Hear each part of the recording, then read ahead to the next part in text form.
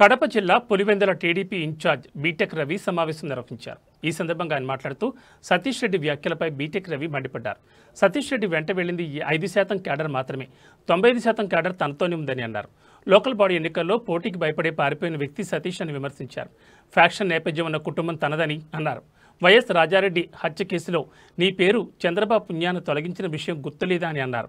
పదవి కోసం మీరు చేస్తే ఒకలా, ఇతరులైతే ఒకటా అని సతీష్ తెలిపారు.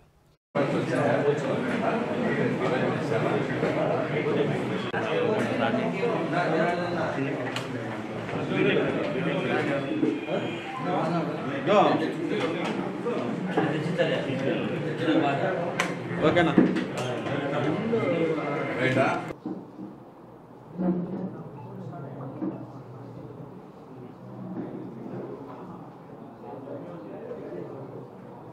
తర్వాత మొన్న వచ్చేసి మేము సతీష్ రెడ్డి గారి గురించి మాట్లాడినప్పుడు కూడా అందులో క్లియర్గా మేము ఆయనతో కలిసి ఒక 20-25 సంవత్సరాలు ఆయనతో కలిసి పనిచేశాము, ఆయనతో కలిసి జర్నీ చేశాము ఒకటే పార్టీలో.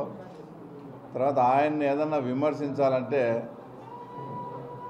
మా మనసు కూడా అంటే కొంచెం స్టెబిలైజ్ చేసుకొని అంగీకరించాలా, ఆయన ఏదంటే అది మాట్లాడుతున్నాడు. కాబట్టి దానికే కొంత మాకు సమయం పట్టింది అని మేము క్లియర్గా చెప్తే దాన్ని కూడా ఆయన వ్యంగ్యంగా అంటే దొంగలు పడిన నెలకు కుక్కలు మురిగినట్టు తర్వాత ఇప్పుడు వచ్చి ప్రెస్ మీట్ ఇస్తారని దాన్ని కూడా అది కాదు వ్యంగ్యంగా మాట్లాడడం.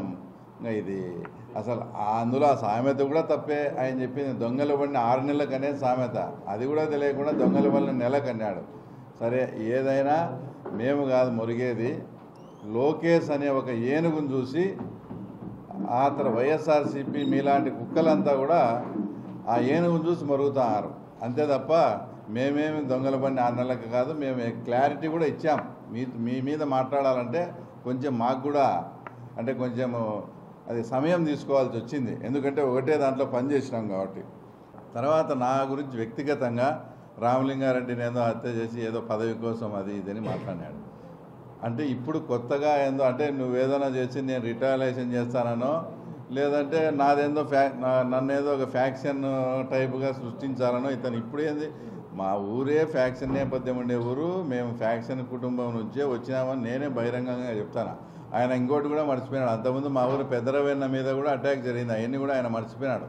అప్పుడు పరిస్థితులను బట్టి దాన్ని బట్టి మేము ఏదో మా ఫ్యామిలీ మీటింగు మా ఊర్లో ఉండే గ్రూప్ని అంతా డిస్కస్ చేసుకొని అప్పట్లో ఏది మంచో ఏది చెడ్డో ఆ నిర్ణయం అప్పుడు తీసుకుంటాం.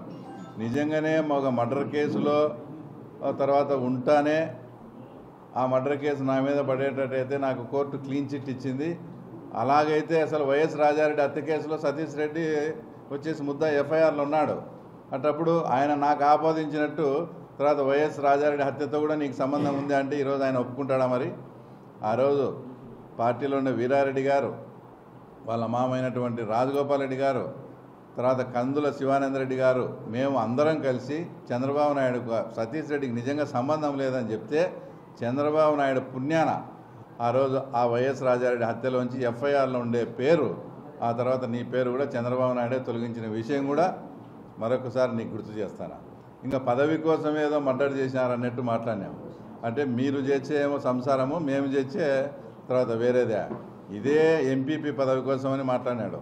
1995లో సతీష్ రెడ్డి గారు ఎంపీపీ ఎలక్షన్స్ వేంపల్లిలో పోటీ చేసినప్పుడు